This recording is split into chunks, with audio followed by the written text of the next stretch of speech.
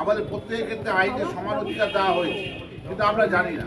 আবার অনেক ক্ষেত্রে যে আজকের ইলেকশন কমিশনের যে এসআইআর, এটাও কিন্তু সংবিধান প্রদত্ত অধিকার যে আমাদের ভোটিং রাইট আছে।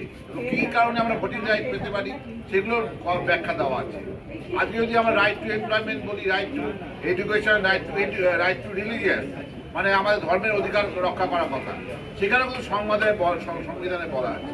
সুতরাং কনস্টিটিউশন অফ ইন্ডিয়া হচ্ছে একটা আমাদের গীতার মতো, যেটা ভারতবর্ষে যেটা প্রত্যেকটা মানুষের মধ্যে একটা বাস্তবায়িত করে।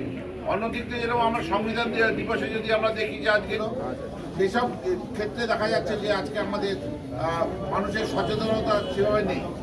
আজকে যদি আমরা কমন সিভিল কোডের দিকে তাকাই তাহলে দেখতে পাবো যে অনেক দেশেই কমন সিভিল কোড আছে, অথচ ভারতবর্ষে এটা আমরা করতে পারছি না। বিকজ হচ্ছে আমরা সংবিধান সম্বন্ধে সেভাবে জানি না, মানুষের অধিকার কীভাবে লঙ্ঘিত হবে সে ব্যাপারে জানি না।